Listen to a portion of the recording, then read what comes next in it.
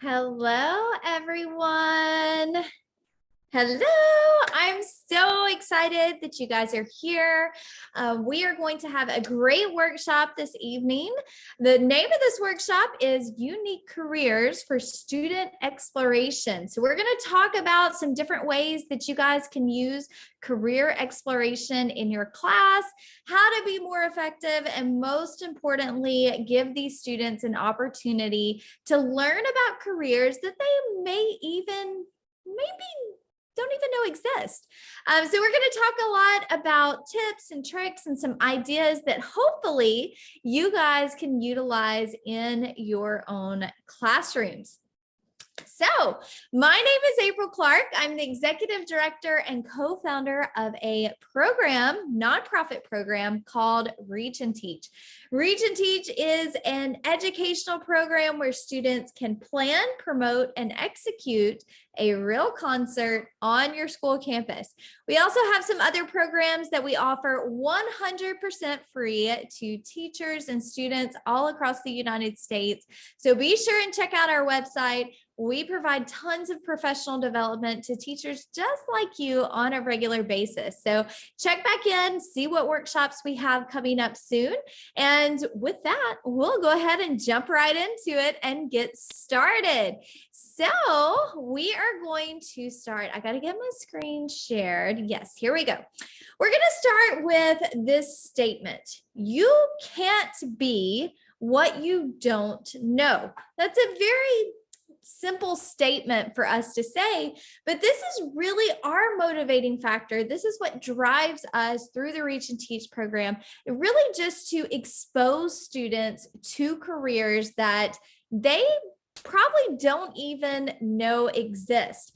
So we're going to start with that. You can't be what you don't know. So we want to try and help students be or learn about careers and different career opportunities that they may not know exist, so that maybe in the future, if it's something that interests them, they can become whatever you help them discover, right? So you can't be what you don't know.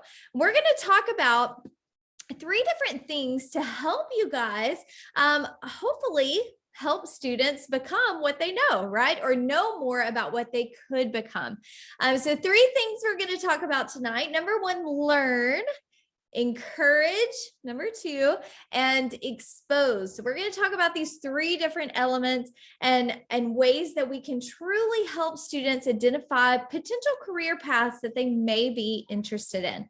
Now I want to stop right here for just a second and talk about something that's very important. When we think about our students, when we think about our own students, we know that every single student that we have in class is unique. Right? Every single person, every single student is unique. So when we think about our unique students, we also have to think about that the careers that they might find to be unique might be something that is very normal for another student.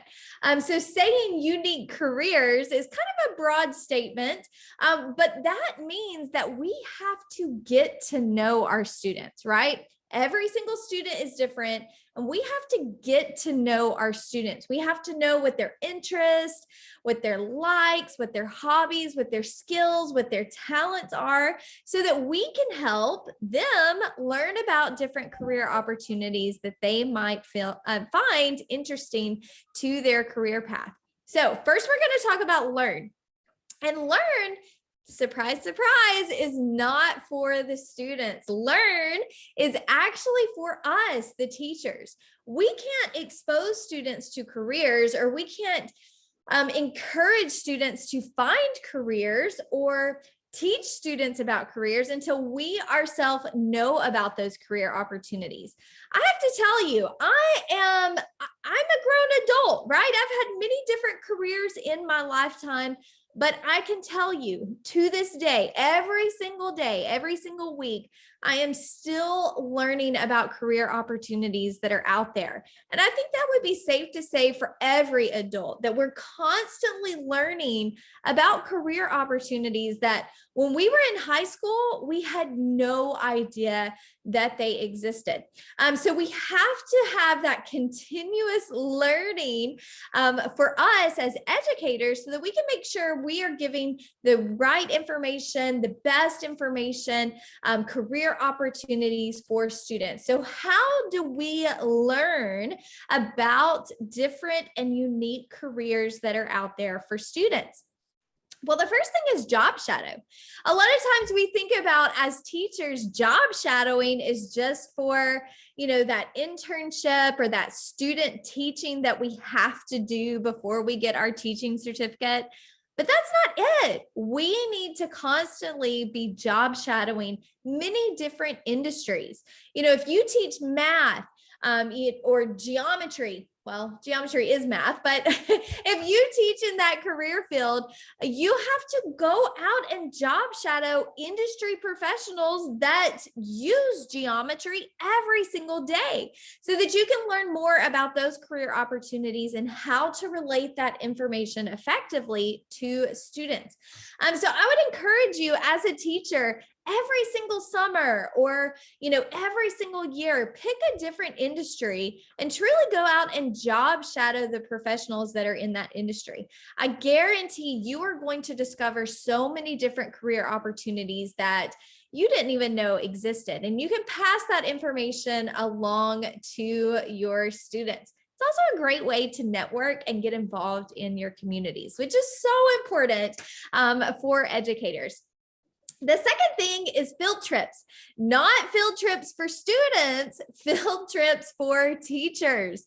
It's so important for you guys to get out into your community, get outside of your classroom, get out into your community and take a field trip to that manufacturing facility or to that car dealership, or to that retail location, or to that engineering firm that's down the street. Take a field trip to those places in your community that will be potentially hiring students in the future. Take a field trip there and learn about what career paths they offer. Chances are they have an accountant, they have a marketing department, they have a graphic designer, they have a human resources manager, and so much more. So it's important for us as teachers to know what career opportunities are available within our own communities. So take a field trip. Of course, you can take your students as well too, but it's important for you as educators to get outside of your classroom. We all have those built-in work days or that professional development day that we have built into our schedules. Well, instead of sitting through a boring workshop, maybe talk to your administrator about allowing you to go out into the community and talk to real industry professionals so that you can educate yourself about what career opportunities are out there for your students. So field trips are a great way for you to learn more about unique careers, different careers than the standard teacher, doctor, lawyer, physical therapist, engineer, the things that we hear over and over from students. It's so important for us to have that knowledge to share with them about different career opportunities that are out there. Third, LinkedIn. I absolutely love LinkedIn. If you do not have LinkedIn or you are not actively using LinkedIn, I highly encourage you to do so. Get your profile up to date. If you don't have a profile, create one, but utilize LinkedIn to connect with all different kinds of industry professionals. It is so amazing to me to go onto LinkedIn and search, careers in marketing or, accounting careers and see all of the different industries that those people work in. And you on LinkedIn can reach out to them. And now, of course, they're not always going to reply, but many times lots of these industry professionals absolutely want to help you as an educator or help your students. So connecting with these industry professionals in tons of different career paths is a great way for you to learn about what's out there. I mean, you don't really even have to connect with them. Just browsing through LinkedIn and and seeing all the different career titles and job opportunities, browsing through Indeed or Monster and seeing what career opportunities are out there, it will truly open your eyes to this whole new world that is outside of your community, but also more importantly, outside of your classroom. Anytime we go into a classroom and we talk to students, we always hear the same things, like, what do you want to be when you grow up? So many of them say, I want to be an engineer, but they don't even know what an engineer does. So really, truly allowing them to be exposed to different career paths will open their eyes, will open your eyes as well, to being able to, see this whole world of possibilities that are out there. And then lastly, when we're talking about learning as educators, us learning, lastly, and I truly believe the most important is network. So important to network. We are so used to standing in front of our students in a classroom and talking to a group of students, but you know what? We require our students to get outside of their comfort zone. And so I'm challenging you to get outside of your comfort zone as well. Get outside of your comfort zone and talk to people you don't know. Network with people within your community and outside of your community, with people that you don't know. You will be amazed at all of the opportunities that pop up, whether it's for you or for your students, and just these cool opportunities to learn more. And that's exactly what we want. We want to be well educated. We want to be well informed so that we can pass that information along to our students. I think so many times I come across career opportunities. I'm like, oh my gosh, if I would have known that existed when I was in high school, I certainly wouldn't be doing what I'm doing now. Have you ever had that thought? Probably so. There's so many cool jobs out there, and every single student can find a job, find a career that fulfills them and their passion. So, that's part of our jobs as teachers, is to truly prepare students for life after high school. And if they don't know what's out there, they can't be what's out there. So remember, can't be what you don't know. So we're helping students to know more, helping ourselves to know more too. Okay, so the next thing is encourage. We talked about learn. Now we're going to talk about encourage. I can really see a transition that's been happening, I would say, over the last 5, maybe even 10 years. This transition where maybe schools aren't quite or aren't pushing college quite as much as they used to. I feel like when I was going through school, so many of us as students were just pushed towards college. Like, you had to go to college and that's it. There's no other options, right? I'm proud to say that I'm seeing that transition more and more, of letting students know that there's other opportunities out there. In fact, I saw a meme the other day that I loved so much. It said, stop asking high school seniors what college they're going to, right? So many of us do that. And start asking them, what are their plans after high school? Because their plans may not include college. And so when we have this, when we ask that question, what college are you going to, that makes this assumption that we expect them to go to college. But flipping that and asking, what plans do you have after high school, gives them the confidence to really tell you what their plans are if it doesn't include college, right? So there's so many different options. There's career options, there's alternative education, there's training programs. And I know that you guys know most of these, but I would highly encourage you to encourage your students to truly find what they're passionate about and not be afraid to take a route that may not include college, right? So a couple of those things, apprenticeships, whether it's an electrical apprenticeship program to become an electrician, or, a plumber or pipe fitter or whatever that might be, there's tons of apprenticeships out there that, are you don't have to pay for the education, right? If you get accepted into this apprenticeship program, you go through all of the training, all of the education. And when you graduate, you have a job there waiting on you. So that's really exciting. And that's a great route for so many students. So, just letting students know about apprenticeship programs, that goes back to the learn aspect. You as an educator learning about the different apprenticeship programs that are available. Trade schools, whether it's a cosmetology school or, another trade, whether it's welding or pipe fitting or whatever that might be, there's so many different trade school options out there that, again, give you that specialized education that you need to pursue a career in that trade. So you as a teacher, just educating yourself about what trade schools, what training programs, what apprenticeship programs are out there and available for students. And I will tell you too, some of these educational opportunities are available to students before they even graduate. So making sure that students know about those opportunities early will definitely help them, put them on a path to success. And then, of course, military opportunities. So my brother is a Marine.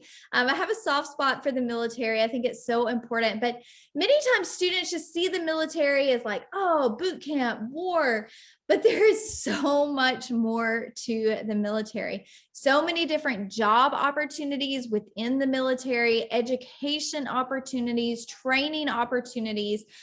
So, don't discourage students from seeing what's out there, seeing what the military has to offer.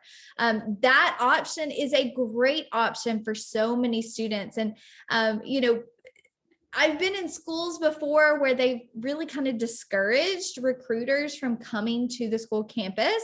And I can understand if, they're being badgered or, something like that. But I really hate to see students led away from opportunities that are in the military. So truly encouraging your students to take whatever path, whether it's college, trade school, apprenticeship, military, whatever opportunity, whatever career path is going to be best for them. And again, that goes back to you as an educator, educating yourself, learning yourself about what's out there, and also learning your students, really understanding who your students are, what skills, talents, abilities, interests, hobbies that they have, and really kind of giving them some insight into maybe a potential passion that they didn't even know they had. So, just opening up their eyes to what's out there. Okay, so we've talked about learn. We have talked about encourage. Now, this is the most important part, is exposure. We're going to talk about exposing students to those careers. I'm going to share with you guys some examples that I've used in my own classroom, some examples that I've seen from other teachers that they've used that have been extremely effective. And I'm going to definitely share some resources with you guys as well. So expose, we have to expose students to careers. We're going to talk about three things: roundtables, themed guides, and exploration games. So I'm going to provide you with the resources for the themed guides and the exploration games. I'll provide those to you guys via email. So first, let's talk about roundtables.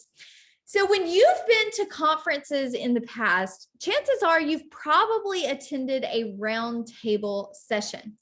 I used to do roundtables in my own classroom, and you guys, I'm not even kidding. This was the most effective way for students to explore careers that I've ever tried. I saw a bunch of students really light up when they had this opportunity. So I'm going to share with you how I structured it in my classroom. And of course, there's room for you to tweak and make changes that's going to be best for your own students or your own school. Okay, so roundtable discussions. This worked in a couple of different ways, and I tried it two different ways. One is we had students, or we had industry professionals come to our campus, come to our classroom. So in my classroom, I would set up 4 or 5 tables, depending on how many students were in there. Now, typically, I tried to limit these roundtable discussions to 20 students, and we would have 5 tables. So 4 students would be at each table. So it would be 4 students and 1 industry professional. So when I did the roundtables in my class, I always tried to do a theme. So for example, around Memorial Day or Veterans Day, I would do a military themed roundtable every year. Actually, this would always take place on Veterans Day or Veterans Week, around that time. But I would invite 1 military representative from each branch of the military. So we would have the Coast Guard, the Navy, the Air Force, the Marines, and so on. So each branch of military, I would invite someone either from our community or someone that I knew. If I didn't know anybody, I could literally just reach out to the recruiter's office and they would find someone for me, or they would come themselves. But I would have each of the 5 branches of military represented. And so there would be 4 students at each table. And so this was timed. Each group of students would have 5 to 10 minutes at that table with that industry professional.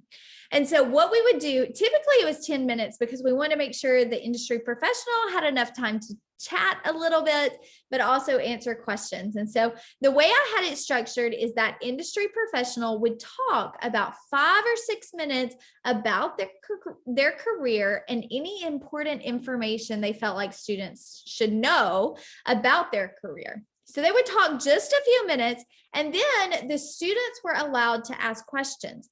Now, the reason why this was so effective is because students felt more comfortable, number one, sitting at a table, but in a small group, right? So I didn't mind to group students with their friends because they felt more comfortable with their friends. And the overall goal was to truly encourage students to speak up and ask questions, to feel comfortable asking questions and getting information from those industry professionals. So after that time limit was up, the students from that table would get up and move to the next table. So the industry professional would stay at their assigned table. Now they could bring, items to show and tell to the students. I always loved the military roundtable because they would bring their uniform or badges or, their helmet or something to really represent their career path and share that with students. And so that was a cool thing. Students got to really engage and interact with not only an industry professional, but whatever tools or gadgets are needed for that career. So the students would move from table to table. So 10-minute time limit. If I had 5 tables, that equaled out to about 50 minutes, sometimes 60, but it worked well within a class period. I actually did this in our, I can't remember what we used to call it. I think it was like tribe time, but it was that time where students were supposed to explore careers or grow and do ACT training. It was time set aside each week for students to do that during club period. Some people call it club period. But we would do it during that time period, and students were able to interact with these industry professionals. So I always loved doing that, but they were always themed. So I would do a military theme. I might do an arts theme where different people, and, I'm not talking about just painting. I'm talking about whether it be visual arts, we bring in graphic designers or videographers. And then we might do an engineering theme where we bring in an engineer from different industries, whether it's construction or architectural engineering or mechanical engineering. So I would try to have each one of these roundtables themed, and that's a lot of fun too. And it's also a great way for you as an educator to build your network. So I love roundtables. I saw them to be extremely effective in my classroom. I always encourage teachers to truly try that out. So if you have more questions, definitely shoot me an email. I would love to answer any questions that you have about that. You can see one of these pictures is from a public service roundtable that we did. We had a police officer, a firefighter, a teacher, a nurse, and so on. Okay, so moving on from roundtables, the second thing we're going to talk about is themed guides. Obviously, I love themes. It just makes it so easy to really kind of put together some fun and effective activities. So this is a career exploration guide that we actually offer through Reach and Teach. We have several of these. The one that's on here is spooky careers. So it might be utilized around, October or Halloween, where students are learning about spooky careers. Now, on this screenshot that you guys see, you can see there's only 2 careers, but actually each one of these career exploration guides has 6 careers that students are to research. So this activity actually grew out of my classroom as well.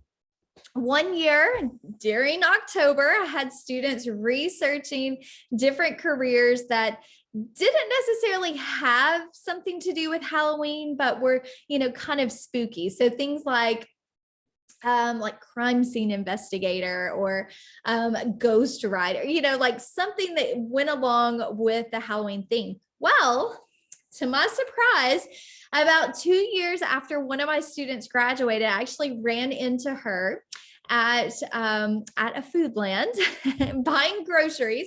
And I was asking her what she was doing after high school.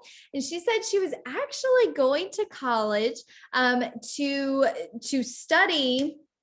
And I can't remember what it's called, but basically it's the study of blood. And I was like, oh, that's really interesting. How did you even, come up with that career path?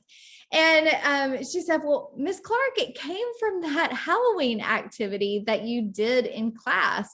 And at the time, I literally could not even remember what she was talking about. And she was like, yeah, you had us research different careers that had to do with Halloween. And that was one of them on there. And I found it very interesting and started learning more about it. So I said all that to say this: you absolutely never know what activity you do in class that will really reach students. And honestly, it was one of those activities that we probably had some time at the end of a lesson or at the end of a unit that I needed to fill, and I thought it would be fun and just plugged it in there.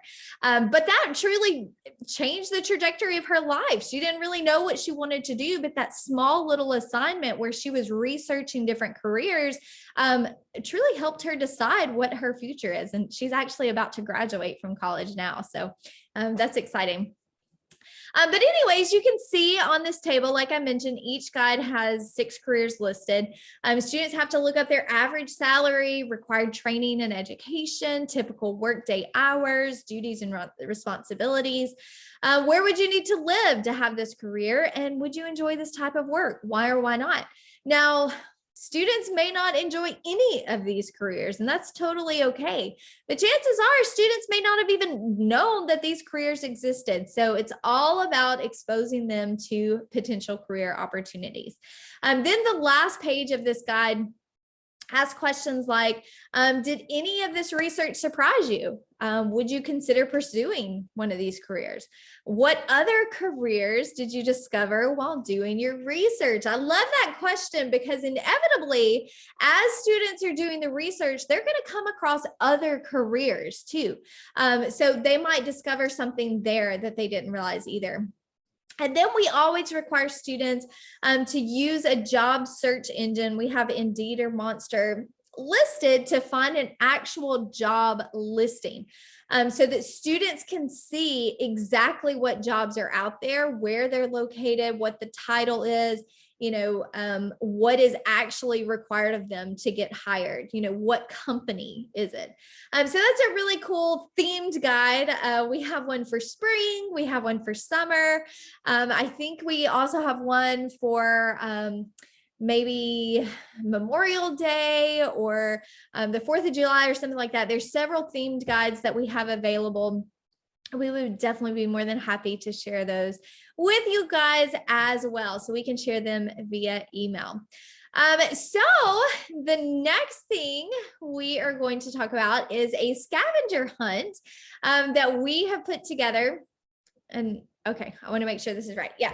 So a scavenger hunt that we put together, this is just another fun activity where students are, searching, hunting for different careers. You can see that there's criteria given on the left side. So they have to find a career that starts with the letter Y, or that ends with the letter E, or that is found only in a cold climate. So they have to do this research. It's really just prompts to get them looking at different careers that are available. They have to include the career title, the average salary, and then again, the required education or training. Now, this is something that you could get so creative with this. And I think this sheet, the scavenger hunt, actually has 2 pages. So there's more than what's listed on here, but we can share that with you as well, but it's also something that you can do in your own class. It's something that you can change up on a regular basis. I always did something called Career Exploration Friday, where students had to, during that Friday, it was usually one Friday a month, where students, that whole class period, we did some type of career exploration.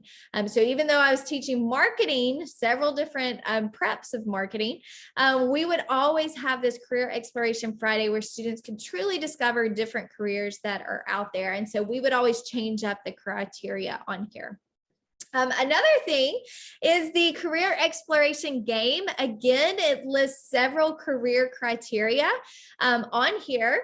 So with the sheet, you just simply cut out the different career criteria into little strips of paper, fold up those strips of paper, put them into a hat or a bowl or a basket, shuffle them up, and then have each student in your class draw one of those criteria, career criteria out, and they would have to find a career that matches that criteria. So not just find a career title, they would also have to find the details. So the average salary, the required education, the responsibilities and duties. But the student that finds that career the fastest has to share it with the rest of the class, but they also get a point. So for each, they win that round. So for each win equals 1 point. And you keep up the points for your whole class. You can do as many rounds of this as you want. Again, there's a whole back page. I think there's over 30 different career criteria listed. So you can do as many different rounds. Of course, you can add to these as well. And then at the end of the game, the student with the most points wins the game, and maybe they win some sort of prize for your class. So that's really fun too. There's a little bit of competition there where students are trying to find, the career the fastest.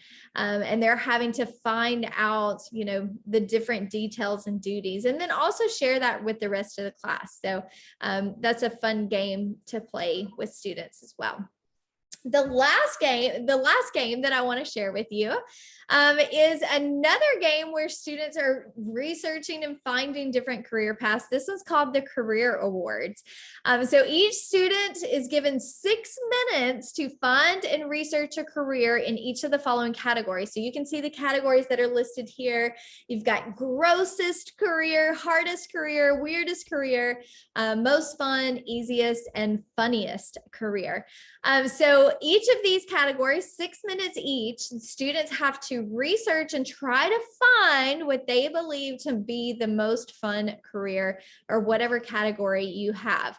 So each of these 6 categories is a different round. Students have to find the title, the average salary, their required education or training, and then the duties.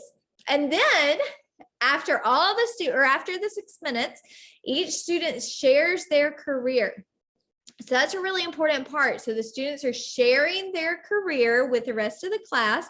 They may not have to provide all of the details, but most of the details. And then the class as a whole votes on which career they think would win this category. So these are little certificates you can print off and give to your students. Maybe they also get a prize, some, candy or a pen or a pencil. Students love little prizes to reward them. But these are little certificates that you can print off and give as well. Again, you can make up as many different categories as you want. These are just some of the ones that we use. So a little bit of competition. It makes it fun for the students. So again, we will be more than happy to share these with you guys via email. So feel free to reach out to us. This is my email address and our website. You can find us on Facebook, Instagram, and LinkedIn. So shoot us a message, shoot us an email. If you enjoyed this session, we would absolutely love to connect with you. Every single person that attends this session will receive a certificate of completion for 1 hour of professional development. So we will send that out via email. If you do not get it within the next couple of days, be sure and shoot us an email so that we can send that on to you along with all of our wonderful resources. So I hope you enjoyed it. We have professional development every month that you guys can check back into and see what we have going on. So much enjoyed being with you this afternoon, this evening, and let us know how Reach and Teach can support you, can support your students, and anything that we can do, just please let us know. You guys have a wonderful evening.